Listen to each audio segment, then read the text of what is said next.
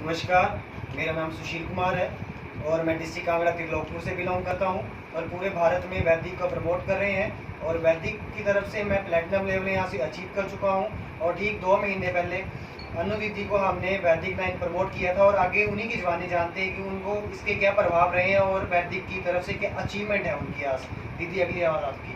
नमस्कार, मेरा नाम अनु है और मैं डिस्ट्रिक्ट कांगड़ा कोटलक की रहने वाली हूँ और मैं वैदिक 9 का प्रयोग कर रही हूँ, जिससे मेरे को बड़ा ही फ़ायदा हुआ है। मेरे को पहले थायराइड था, जिससे अब थायराइड नॉर्मल हो चुका है। सांस की प्रॉब्लम थी और मेरे शरीर का वजन बढ़ जा रहा था और ये अब इससे थोड़ा 2 किलो हो गया है कम।